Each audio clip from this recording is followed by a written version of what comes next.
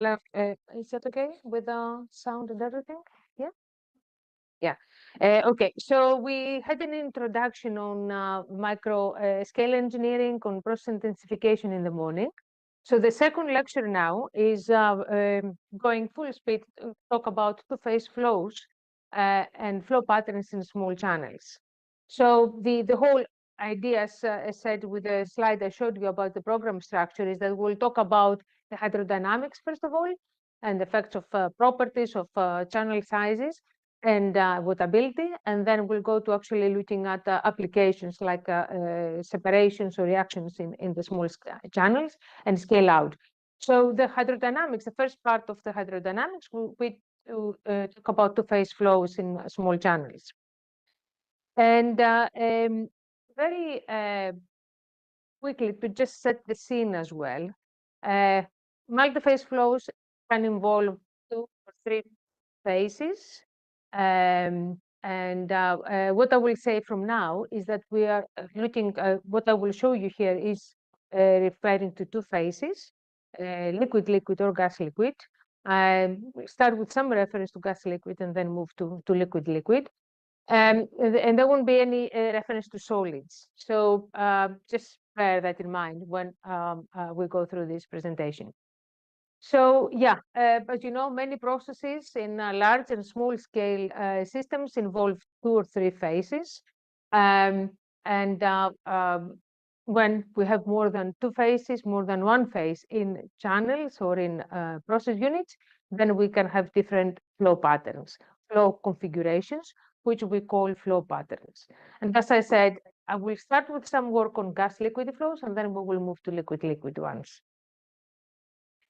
So again, going back into forces and what we were mentioning in the morning, in general, in gas liquid systems, we can divide the patterns into these 3 main, let's say, categories.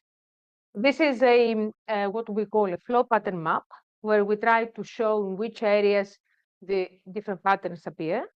And a very straightforward, simple flow pattern map is where we use the velocities of the 2 phases as coordinates. There are many ways to use the velocities. We can perhaps discuss that if you want. One is to use what we call the superficial velocities. I don't know if people are familiar with this term. Yeah? Can somebody say what it is? Say that again. Area where velocity to that particular phase only at that cross section. How can you calculate it? That area, at that cross section. So That phase only. yeah, not quite, unless I didn't understand it correctly. So anybody else, what is superficial velocity? Only that gas or the fluid is It's flowing through, yeah.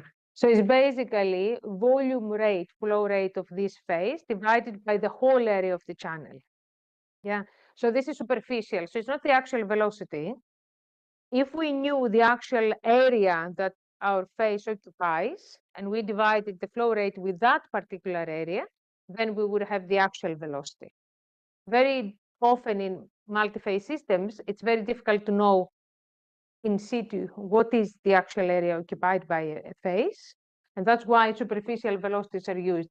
Superficial velocity is basically a flow rate, and not non-dimensionalized, but with the reference to the area, to the channel.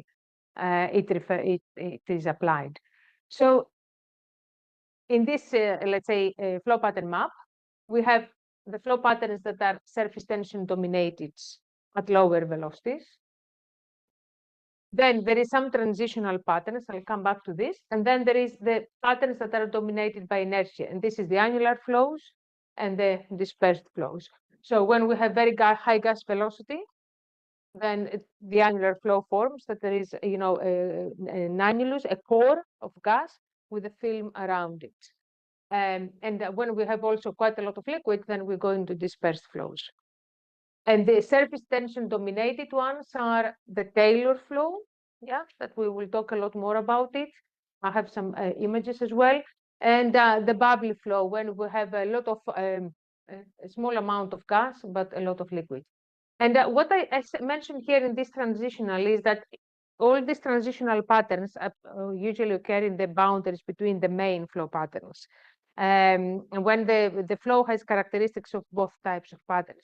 What we have seen though in small channels is that these patterns can occupy quite a large area in the map. That's why perhaps they deserve a special mention. In microchannels, we will see more this tail or annular flow. We have some schematics figure in a minute. Churn flow is a little bit more difficult. Churn flow is like in between tailor and annular flows when the flow is quite mixed. You have to have quite high velocities and a lot of liquid to see that. It's more common in larger channels. To flow pattern for both vertical and horizontal channel. Sorry, both? Horizontal. Yeah, I have not done any definition here. This is very general. It's not even any numbers. You can say that it doesn't matter if you are in small scale, whether you are horizontal or vertical. But of course, this is not entirely true, especially if we move to bigger channels. Just again, some definitions, because these numbers, they will come in sometimes in the representation of the flow pattern maps. I've given the definitions here very general. We can discuss them, but I will say what I mean by very general. So Reynolds number, I guess everybody is familiar with Reynolds numbers, yeah? And is inertia over viscous forces. So it can be important because, yeah, we can have inertia at high velocities, especially with gas phases. We can have viscosity effects, of course. A very important number is this capillary number, yeah, which is the viscous over the surface tension or interfacial tension forces, surface forces in general.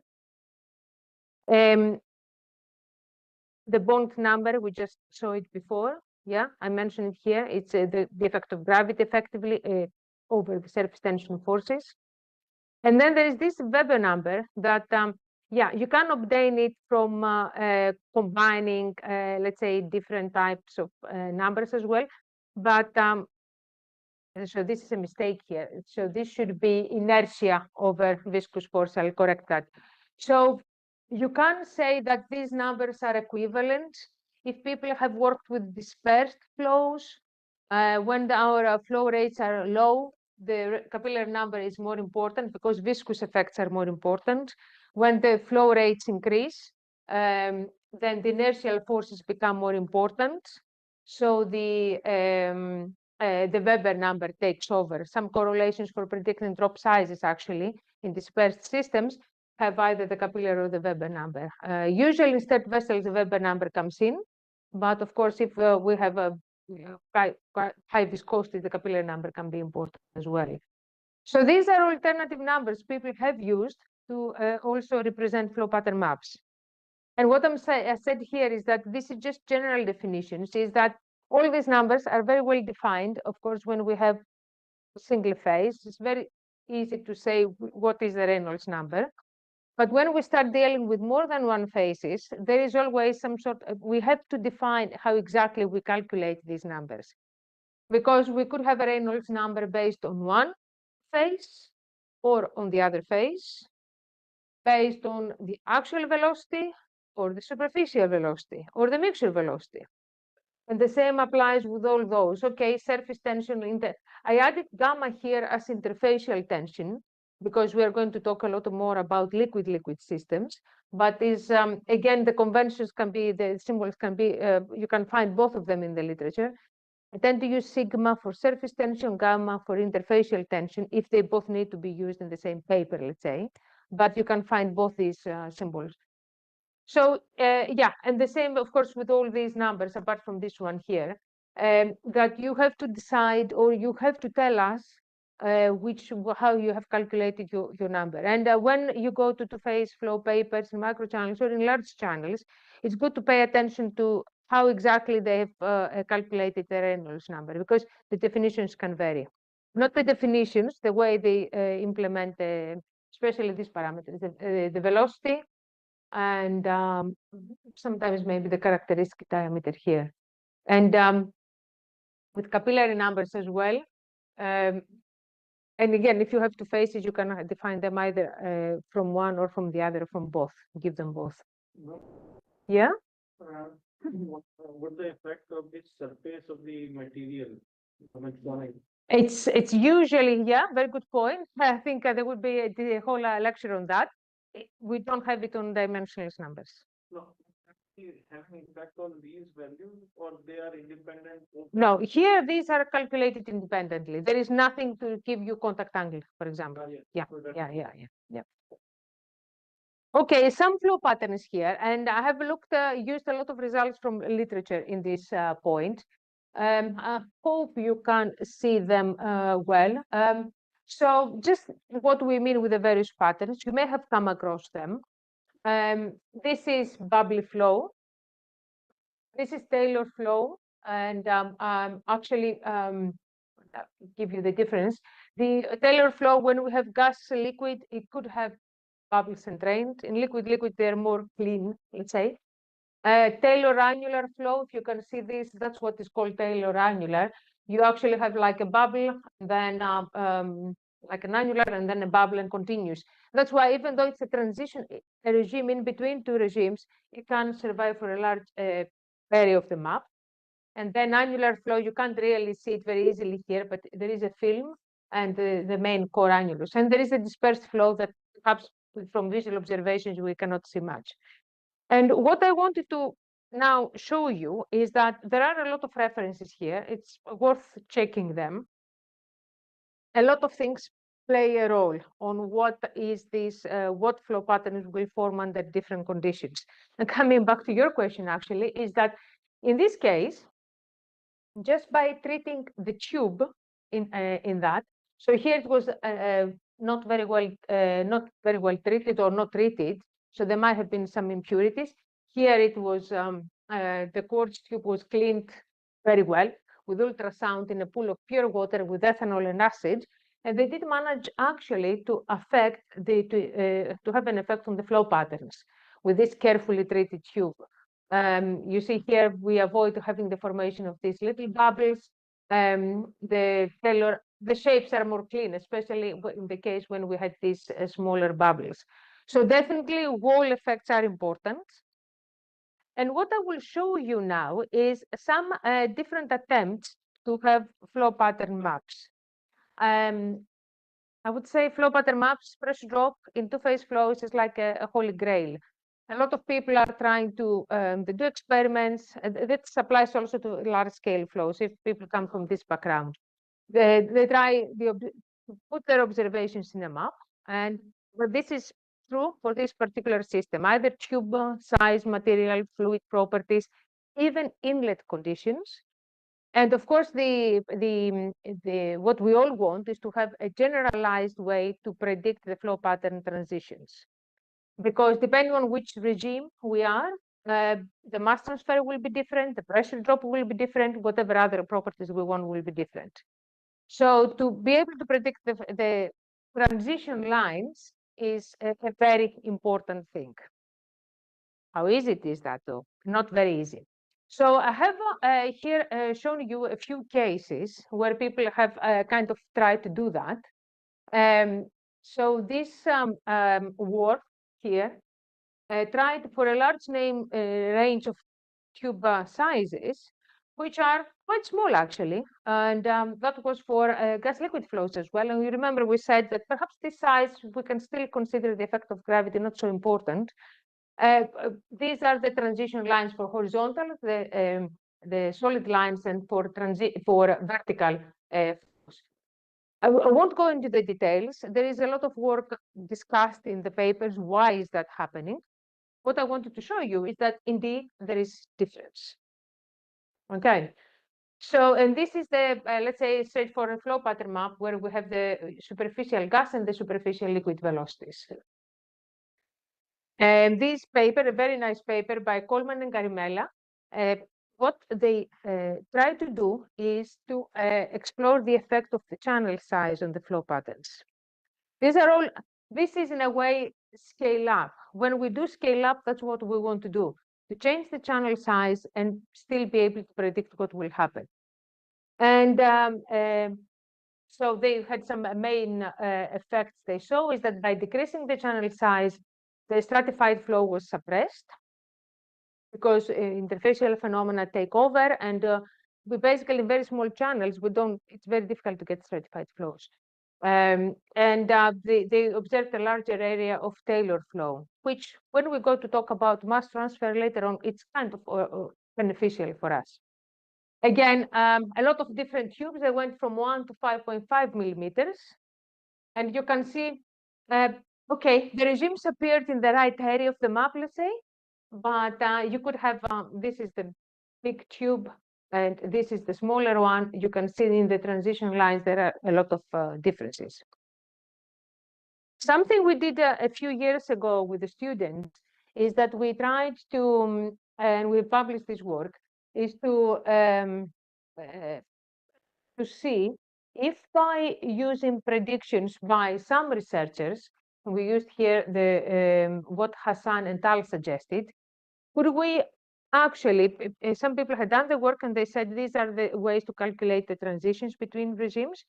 Could we actually use these predictions to new situations, to new cases?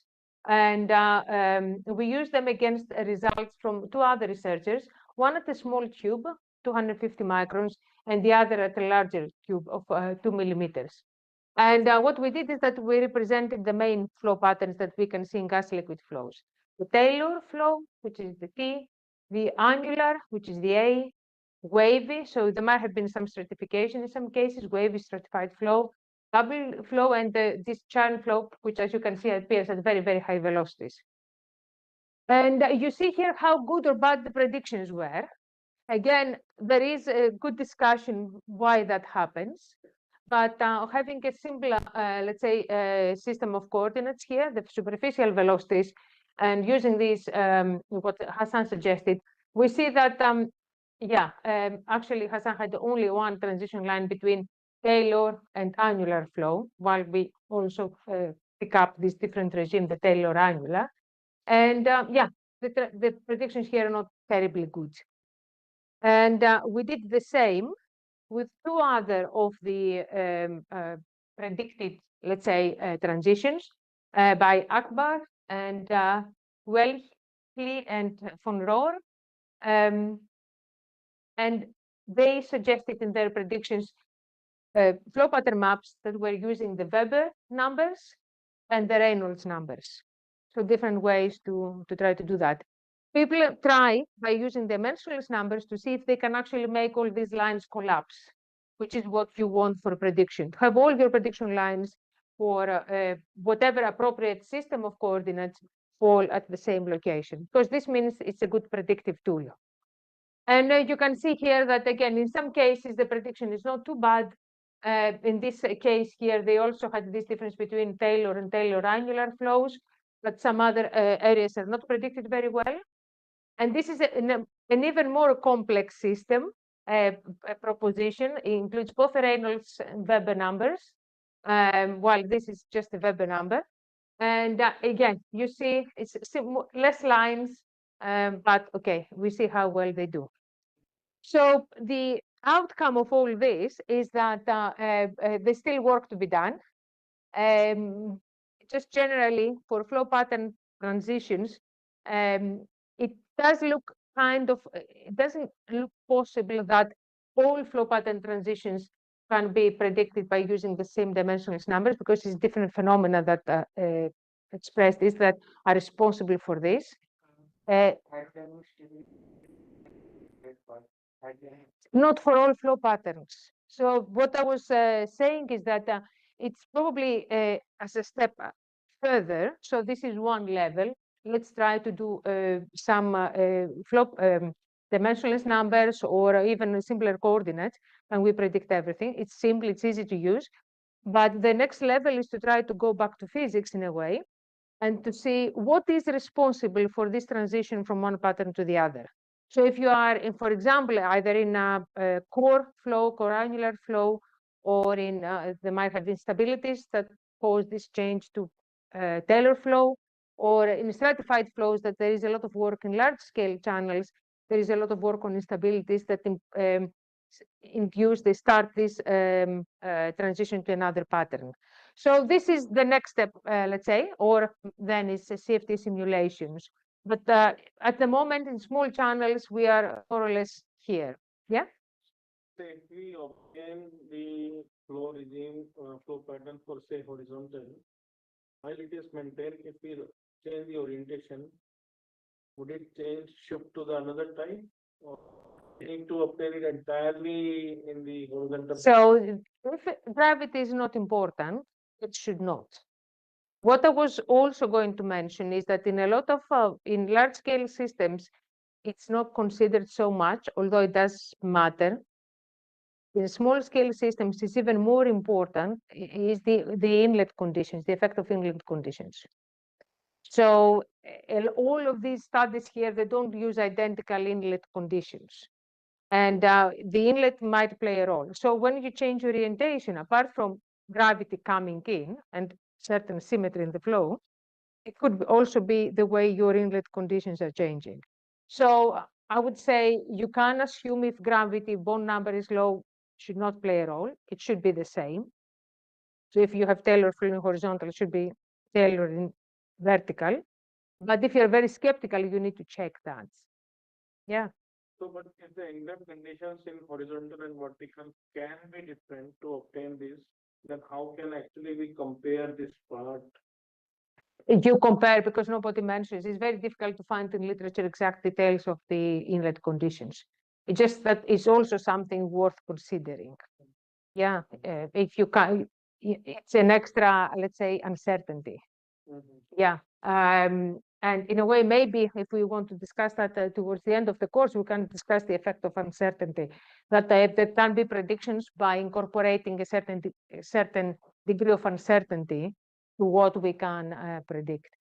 Most of the work has not been done based on the inlet conditions, it's based on what people see in the main channel, but the inlet can play a role. And what I'm saying is that it's even more important in small channels because of not only because the inlet can be quite comparable, but also because the development lengths are, we use much shorter, let's say, small channels than in a proper large scale system, thinking of pipes, for example.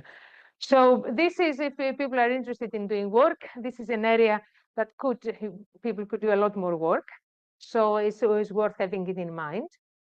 I will now move to liquid-liquid, which is, and I show you the experimental setup here, because in the beginning I was thinking I will just talk about liquid-liquid flows, but I thought just to give an overview on where we are, it's worth mentioning the gas-liquid flows, especially because liquid-liquid is, the study started kind of later, and a lot of the, let's say, ideas, concepts, like of the dimensions numbers even that people use for the flow pattern maps, come from gas liquid. Even some of the descriptions I'll give you for Taylor flow later on originate. People start from gas liquid flows and then they move them on, try to use on liquid flows. So this is a typical experimental setup. Don't know, do people here work with microfluidics at all? Show of hands, have people worked with microfluidics? 1, 2, 3, 4. Okay, just to get an idea. So have people seen experimental setups of microfluidics? You will have a chance, I think, in your tutorials. But it's quite simple. You have 2 pumps, which are for this scale also quite often syringe pumps. And you bring your 2 fluids. In this case, it's 2 liquid phases, an organic and an aqueous, or an oil and the water, at the inlet of the test section. And the inlet can be a lot of different things, can be T junctions, Y junctions, cross junctions, co-flow configurations. And then simple first experiment for flow patterns is to observe with imaging. And I think you are doing a tutorial as well based on that. A lot of work, how do we image, how do we get a account of the various effects? But basically we see the flow patterns, especially, and that's why, especially in the lab, at least initially, tubes tend to be transparent. And then there is an outlet, and then things can happen. If we have a reaction, we might collect to study concentrations or whatever else we want. So this, of course, is not exhaustive. There is a lot of work on flow patterns in small channels with liquid-liquid. I mentioned some references. I'll show you some of our work because I have the better images from there as well. So this is a mixture velocity, not superficial velocities, against volume fraction. And this is some work we did where we had water and not oil, but an ionic liquid, which is a quite viscous other phase that does not mix with water. And we try to study the various patterns. So it doesn't quite matter these numbers here.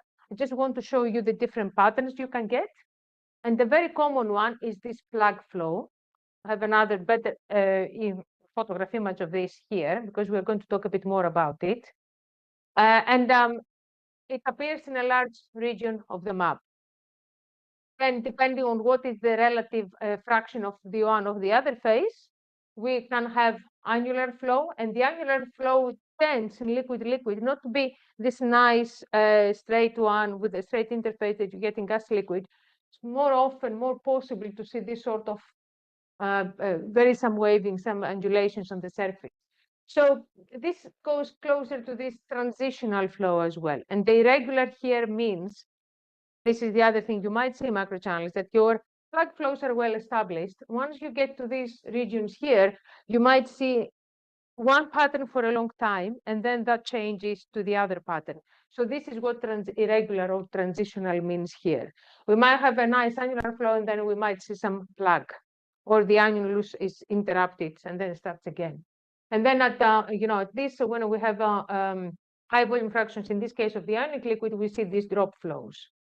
So the plug flow is the one that we're going to talk more later on, and I'll show you some more properties of the plug flow. Is this characteristic shape? We have is the equivalent of the Taylor flow in gas liquid systems. We have elongated drops that are actually not touching the wall. There is a thin film, and we can go to that a bit later on. But there is, in the majority of cases, there is a thin film separating the plugs from the wall. If the plugs are shorter, then we have drop flow, and this is kind of difference between the two regimes. So the characteristic size length of the drops here is larger than the tube diameter. We like them. We work a lot with them because they occupy a big area in the map. So we know we can get them for different conditions when we change the fractions of one phase or the other. And also, what we have seen, what people have seen and we have seen, is that we get these circulations happening inside the phases. So remember, this is all laminar flows. We depend on diffusion.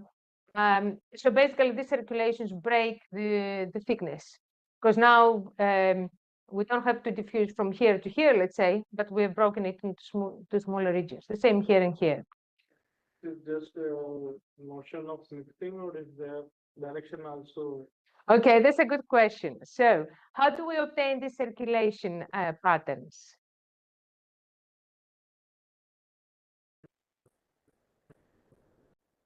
It is, if you sit outside your tube, yeah, as an independent observer outside, of course, everything moves one way, yeah? So that the plugs stay here, they will go with the flow. However, if you take off the average velocity, and there are kind of slightly different ways to calculate that, then of course you get the circulation pattern. So if you now sit with the plug and you travel with it, you will see this circulation. Okay, so that's how you get these circulation patterns. That is fine. What Yeah. Direction. Uh, The above and below are reverse. No, because here they both go in the middle this way, and then they go like that. Yeah, in the middle, the flow moves this way, and then it goes like this. So in the center, there is no circulation, right? No, this here, no, because that's the two vortices you get. Yeah, yeah. So okay, so this is plug flow. Just a quick comment here that again, we are in a scale where surface phenomena are important. So whether you form in gas liquid systems, more often than not, the liquids will wet the wall unless you really go to extremes. In liquid systems, either phase can wet the wall more or less. So there are cases where you may not form the film because the wettability is not good enough. Okay, but in that might actually confuse this pattern so that you don't get these nice shapes that you get if there is a little film, thin film on the wall. If there is a thin film, then you get this very nice shape here on the front of the back of the plugs. So talking about flow patterns, what I wanted to show you is a little bit again, continue with the effect of the wall. And this is something from data we collected. We do use microfabrication for some of the channels, but having in mind also on what is easy to do and how do you eventually scale up at some point, we also use a lot of tubing. So instead of microfabricating something on a wafer chip or on a glass, we just buy capillaries.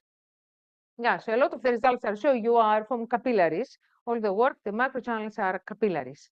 And you can find actually capillaries that are, in this case, they write it here. This was from 250 microns capillaries results. And what we did is that we used different materials. Two of those are plastic, polymeric, and one is glass. And this is again for our ionic liquid water flow patterns, fluids. So you can see, and again, I won't go into detail. One thing I'll mention only, but that the material of the wall can play a role. And as you would expect, the two polymeric materials are a bit closer, while the glass one gives quite a large difference. And what is not so good in this case is that the glass one is the one that gives the smaller region of the plug flow. In these cases here, the ionic liquid was the continuous phase and the water was the dispersed phase. Okay, and what we say is that we only manage to have the water as the continuous phase when we use the glass channel. And even there, just to complicate things a little bit more, in these small channels, the way we started the experiment played a role on what phase was established as the continuous one. Because when you have a microchannel, if you've done an experiment, you have to think, how do I start it? Often you start with one phase and then you introduce the other. It's an option to start with the two together. With this, let's say, protocol of how we start can affect what pattern forms. And in this case here, yeah, we had to start with water. And in that case, only we managed to establish that as the continuous phase. So there is a lot more in this scale of how we end up with these flow patterns. And just one more thing I will show you is, again, trying to generalize the flow pattern maps, as others have done for gas liquid flows. Doesn't matter so much these things. This is a different system we used. I will a little bit about it, but all I wanted mainly to show here is that the coordinates we used to represent the flow patterns we found. And these are coordinates that were suggested, we did that in our lab, but these coordinates were suggested in this paper as well by Zhang and Tal in ChemEd's journal. So it is a rich topic. There is a lot of things happening. If you are interested in studying flow patterns, two-phase flows, there is a lot to be done. The transitions are important. If you are interested only to use the flow patterns to do a certain reaction, let's say separation, then there is also a lot of literature with different fluids to try to see what should be expected in your case. This is what we also do often, that if we want to do a certain reaction separation, we don't necessarily go to study everything. But from previous, let's say, experience or literature, we say, okay, if we want plug flow, we need to stay within these flow rates, within these phase ratios, and we're okay. Of course, as a hydrodynamic study is also very interesting and a lot more on the modeling. I will mention it very briefly here, but we are going to talk a lot more about it when we do mass transfer. The system we used here is what we call an aqueous biphasic system. You may have come across it. It's also very useful in pharmaceuticals we're discussing in the morning. So basically, it is two phases, but the way to form them is that you put in your water phase more conventional, let's say, some polymer and some salt.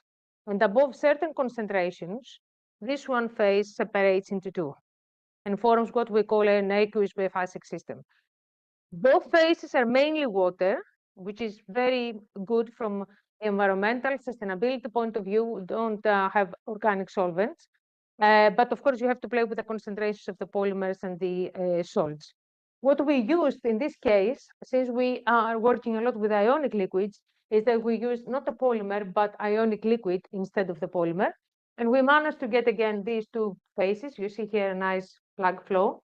And we try to do this flow pattern map based on the on these coordinates, as I said.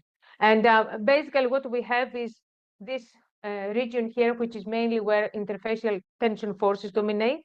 That's why we have plug flow. While when you're outside, it's inertial forces or inertial viscous forces that dominate. So this is a more crude, let's say, representation of flow patterns, but at least it gave us the region of the plug flow regime we were doing our mass transfer. Yes. How do we decide these coordinates? Okay, so there are a lot of ways to do that. I think the first is to try. The first is to check the literature, what others have done. And then the next is to try your own, let's say, approach to see what better fits your experimental data. If there is, you can do some modeling to try to play with these powers here, but you need a lot of data. And that's why if that is your aim of study, it's good also to bring in data from other researchers if you have availability, if they're available, because that makes your database even bigger. And then you can see if there are discrepancies. Most people will suggest something for their system, but the thing is, can that be predictive? Yeah. So that's why it's good bringing more. Where we are using EML, we can feed the data and generate. Yeah, you need to have, yeah, exactly, yeah. Or, but it's always good what you don't know. It's like doing dimensional analysis many years ago, which parameters to include. So the previous work gives you an idea of what is important, what plays a role. Do we need to include Reynolds number or not? Yeah. Or do we need to include capillary or not? So there is this sort of decisions to be taken. But as I said, the more data, the better. Often, that's what happened also in gas liquid flows. There is a lot of data for normal pressure, atmospheric pressure, gas liquid flows. So basically, I think predictions are good. Once you start going into higher pressures, for example, then it's where discrepancies start appearing. The same will happen here. The data is building, but of course, the more common systems, organic solvents, kerosene or water would be more data. Once we get into more complex different fluids, then of course we'll have to check. And as I said, the other thing here, we have seen it a lot in the microchannels. I had a student that was trying to do plug flow with ionic liquid water, and she could not get what the previous student had. But I used the same channel diameter, but we have the same channel properties. Okay, we should have thought, or she should have thought, but she was literally using different inlet sizes. The inlets that fit in the T-junction to actually give you the main channel, which is trivial in a way. If you know, you pay attention. If you don't know, then it can be missed on the design. And sometimes, because as I said, with these setups, we try to, we don't microfabricate, a lot of them we buy. It's often to decide what fittings you need to put your D-junction together, your main channel. Sometimes the fittings are not always available for the range of sizes you want. So there would be, actually, we'll need the power. This is very intensive, I think. Let me, let me try. Yeah, and yeah, I just have a very strange computer. So let me. Here, how far is that from my? Is there another one? Ah, there is one here. Thank you. Yeah, it's great. It's also it doesn't need an adapter. No, sorry, I don't need that. Is that on? Do you want to press? Yeah. Okay, seems to work. Okay, so yeah, so these are things to bear in mind as well. They can affect your flow patterns, especially in these scales. I'm going to plug flow now, and I'm looking at the time as well. I'll go a bit faster. So plug flow is something, we can go a little bit over, can't we? Half hour. Yeah, okay. So plug flow, this is the pattern we spoke before, and I told you these characteristics. So what we have is, the good thing is that it's very regular, and it does get very regular, actually. This is observed experimentally. We can have something that is as good as that along the channel. And it's these internal circulations that are actually good for us. And it has high specific interfacial area, circulation patterns improve even more the mass transfer, and it's easy also to model.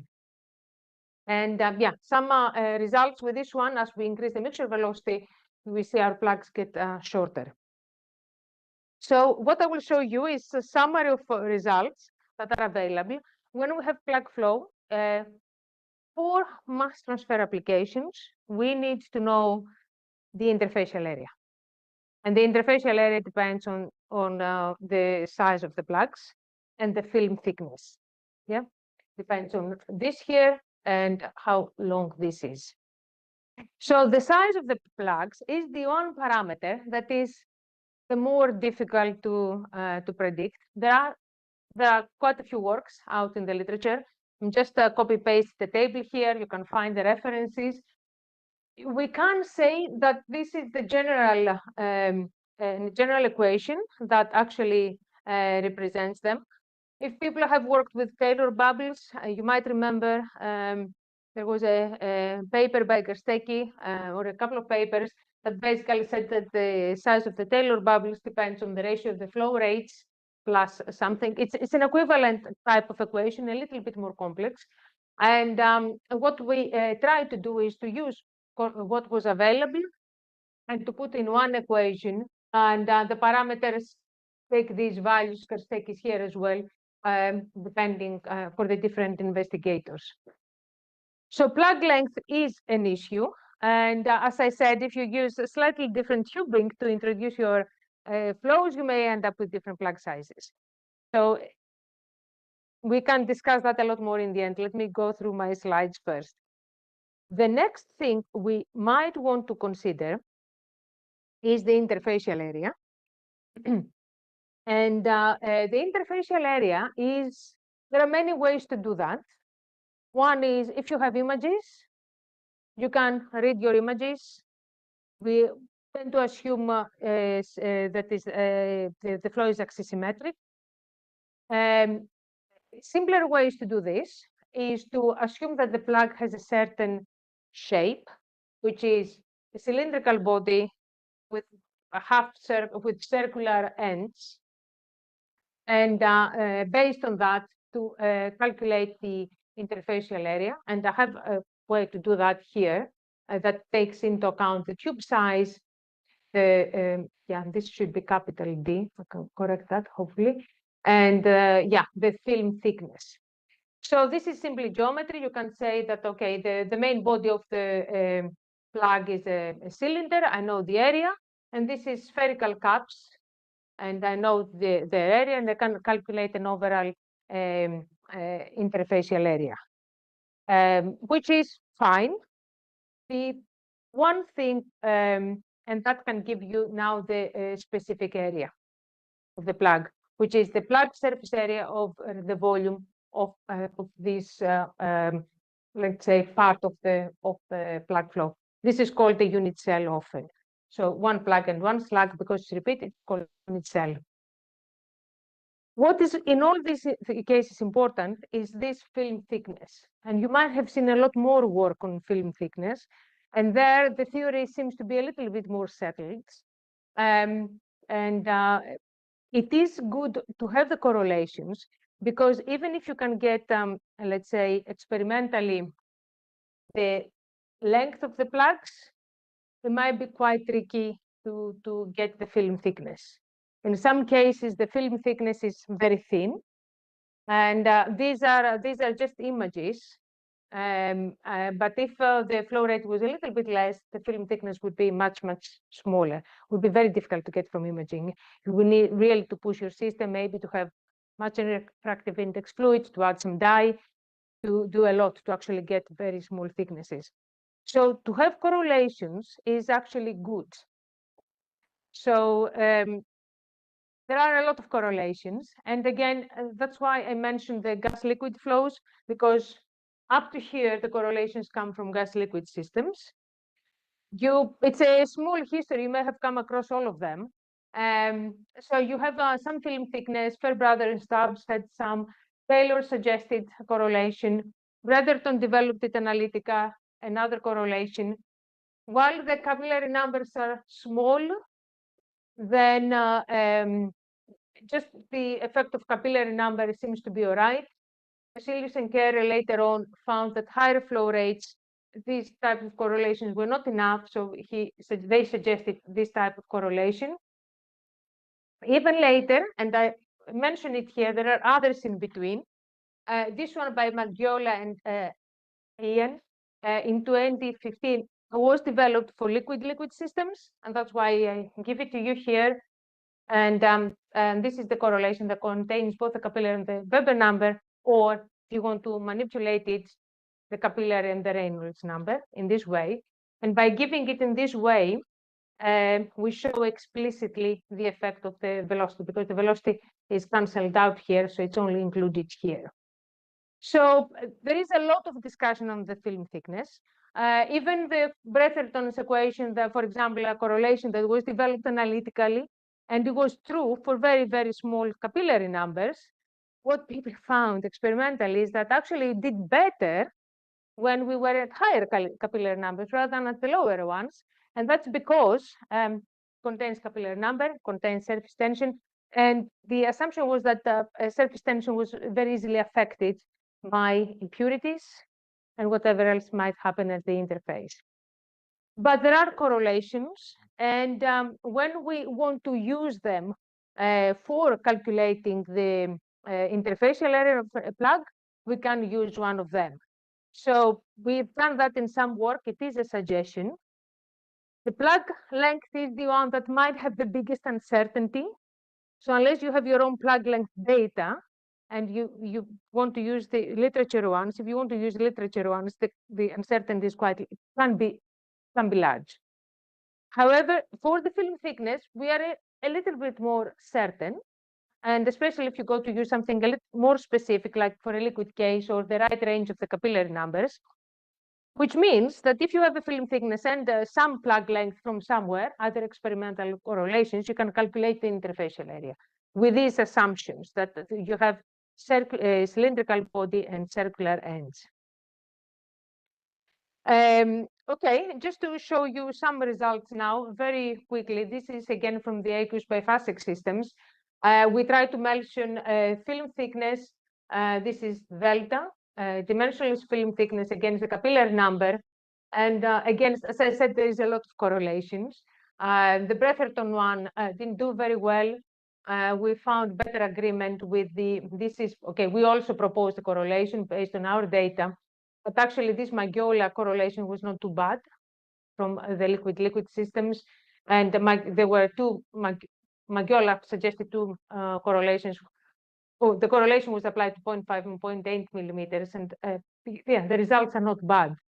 And here is what happens with the plug length. That's what I wanted to show you. These two systems here have different densities and different, mainly densities and surface tensions. And this is the different plug lengths we obtained. And the interfacial areas we then calculated. Why do we study plug flow? Some results here. We get very high specific interfacial areas. This is a number we got for the system I showed you before, while in mixer settlers, this is the equivalent numbers. 1,000 compares to 6,000, and in pulse collision, I get only 200. So we intensify in this case, if we have any two-phase operation that depends on the interfacial area, such as interfacial mass transfer, then of course we gain by increasing the interfacial area. And as we will discuss in 2 days' time, actually this increase in interfacial area is what makes the difference sometimes in the improved mass transfer coefficients. Other improvements we might get because the actual mass transfer happens faster is not as good or as large as actually this change in interfacial area. I'll mention two more parameters. One is the circulation time we mentioned. This is some results we got from PIV. You get the velocity profiles. You take out in this case, we took out the plug velocity, and you get these circulation patterns. If we know these circulation patterns, if we know these streamlines, we can actually calculate the circulation time. How much time does a material take to move around? Okay, and it can be done. You need to have this sort of detail. So if you have done CFD simulations, also you can calculate it. What I want to show you is two examples here, where we have the circulation time. Of course, it depends. The streamlines are not so good also at the end of the plug. In the main body of the plug, it seems to be quite constant. And since I'm showing these results, I'll show you what happens also with these circulation times and these circulations in general as we decrease the plug size. So you get this pattern here, and you see as you squeeze the plug, as the plug gets smaller, the circulations get shorter. You know, the paths the fluids have to go through are shorter. This is in a 1 millimeter channel. And what we have changed here is the mixture velocity. So the plugs go faster. We get, though, the average velocity off, but because the mixture velocity is higher, we manage to form smaller plugs in the inlets. And this is the proof here. If we compare this dimensional circulation time with the plug length for the different channels, that's what we get. We get this difference in circulation times in different channel sizes. So as you can see, the larger channel has the longest circulation time. So this is an effect of process intensification in a way. When we are in the smaller channels here, we have very quick circulations, which means our mass transfer can happen a bit faster. So I will spend 5, maybe 10 minutes at most to just very quickly have a look at pressure drop. Which the first, I don't think we'll mention pressure drop again, but it's something you can measure. If I want, I think we had a question before about that. Don't know if it shows in this graph here, but to measure pressure drop, you can have with T junctions, pressure port at one part of the channel and the other can be open, or you can have two pressure ports to get pressure difference. It's easy, especially if you don't have, with microfabricated channels, you might have to think of that in advance. For us, that in this case that we're using just tubing, it's quite easy to attach a tube, T-junction, and get your pressure drop. So pressure drop can be important. One thing that is important is, as we will talk later on, is for scale up, because we need that to design our scale up manifolds. The other is to see what's the energy consumption, because at some point when we go to scale up, we will have this dilemma. Let's say, do we increase the channel size or do we add more channels? And one of the considerations could be the energy consideration. How much pressure power do I need to pump fluid? in a certain channel size and how much, compared to the overall gains on mass transfer. So just some results. Pressure drop against volume fraction. This is for our ionic liquid water, let's say, cases. What I want to show you here is that the different patterns can have slightly different effect on the pressure drop. The annular flow, this is annular with ionic liquid on the outside. It's very viscous. That's why we have a little bit higher pressure drop there. Plug flow, the other plug or dispersed, they don't seem to matter very much. And again, because we were discussing different tube materials, we said the glass is the only one where we were able to have water as the continuous phase. So you see here the pressure drop decreases very much. And for me, this is a good excuse to say that we can actually manipulate the patterns in the small channels in a way that would be quite difficult to do in a larger one, because we can play a lot with the surface properties. If we are able, or in this case, just by using the material we buy. And that can allow us to decrease pressure drop. This is significant. Of course, there might be other issues. Which phase do we want on the wall? How easy it is to obtain it? But for the same set of fluids, this is the pressure drop we get if we work on for plug flow on a glass channel, and this is what we get if we work on a plastic channel. The justification is easy because we've changed the flow pattern, but it's a good thing to have in mind. And I will have a couple of correlations for pressure drop. I will stay on the same thing, on the main thing, which is what people have considered to try to calculate pressure drop in small channels.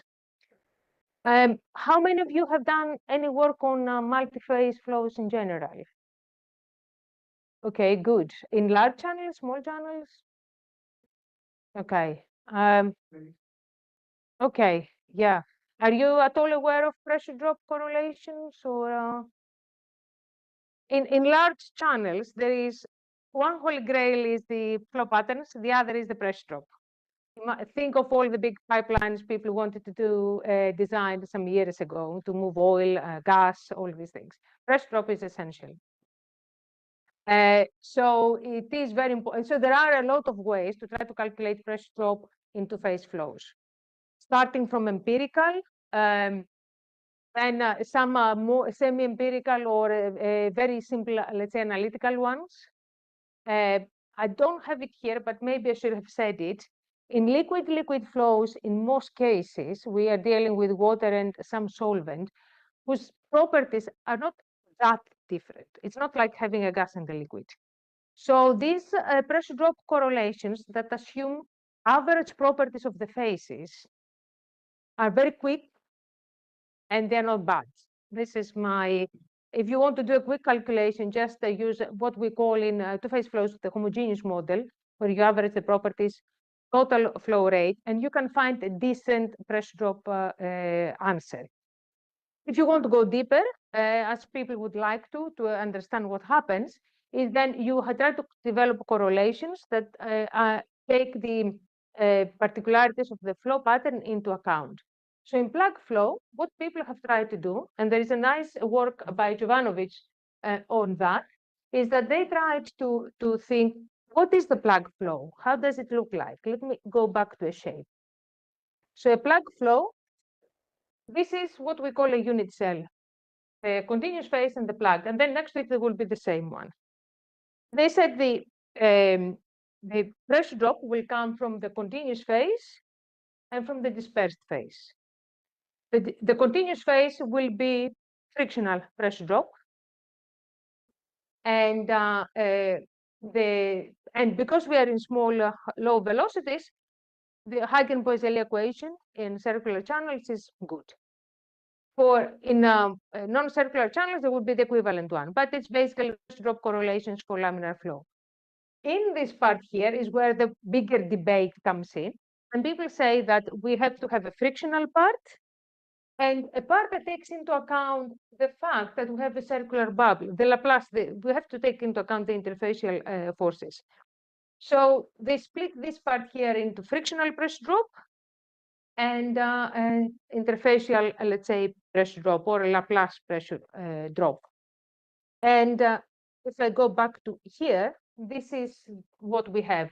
We have, let's start from here. We have the frictional pressure drop, the frictional for the continuous and frictional for the dispersed phase, and also this Laplace term that accounts for this having the plug in the middle and causing this disturbance in the flow that depends on the interfacial forces. So there are some ways to go about it, and all of them have some assumptions. If we want to calculate, as I said, the frictional pressure drop for the continuous phase, usually Hagen-Poiseuille equation is used, kind of this. For the dispersed phase, the frictional pressure drop, the assumption goes that it's the film that caused this friction because this is the one close to the wall. And then there are two ways or different ways to calculate what's the frictional pressure drop in the film. And Jovanovic suggested two ways. One is to assume the film is stagnant, and the other is to assume it's not stagnant. But the correlation was getting more complex. That's why I didn't write it here. Here I wanted to show you. This is the Hagen-Poiseuille equation. This is frictional pressure drop in the stagnant film, and this term here accounts for the pressure drop in the bubble. And this is actually coming from the work from Bretherton. Bretherton did his analysis to calculate the film thickness, plug velocity, they're related, and the pressure drop. So this term is coming here, and of course there's a bit of fitting just to make sure we have correct correlations. So what we've done is that we tried to apply this correlation to some results we had, and we found that the predictions were not bad. We kind of manipulated it a bit because in this equation here, you need the film thickness. Okay, you need to know how thick the film is. H, if you have, it's the thickness of the film, is the delta, but which you can either measure or get from correlations. And in our case, we did not use the Bretherton correlation that Jovanovic had used. We used our own film thickness correlation. So the predictions were not bad. The other thing, maybe I'll show it here very quickly and I'll stop to get some questions as well. A simpler way to go about it. Basically, what we said in subsequent work by Eduardo Garcia-Tego Ortega is to say that the pressure drop in a unit cell depends on what you have in the continuous phase, which is Poiseuille type of equation, and what you get in the plug phase. And this thing here can be all, because there are a lot of assumptions, is the one that needs to be fitted. The other thing that we did here that I've written is that if you want to have the average pressure drop in the tube, not the total, the average pressure drop, then because the flow is periodic, we can use this correlation to calculate, it's basically calculated from the pressure drop in a unit cell, because the unit cell is repeated. So the pressure drop that the unit cell gives you is the same as the average pressure drop in your tube. So went a bit faster in the end, I'm sorry. But that's all I wanted to say in this, let's say in this lecture today, to cover some details of the flow patterns and then some basic characteristics, especially for the plug flow that we will see more later on. Yeah, and that's all from me. So if you have questions or we can take it afterwards, it depends on how when we want to finish. Take it during tea, and we have duration at the department.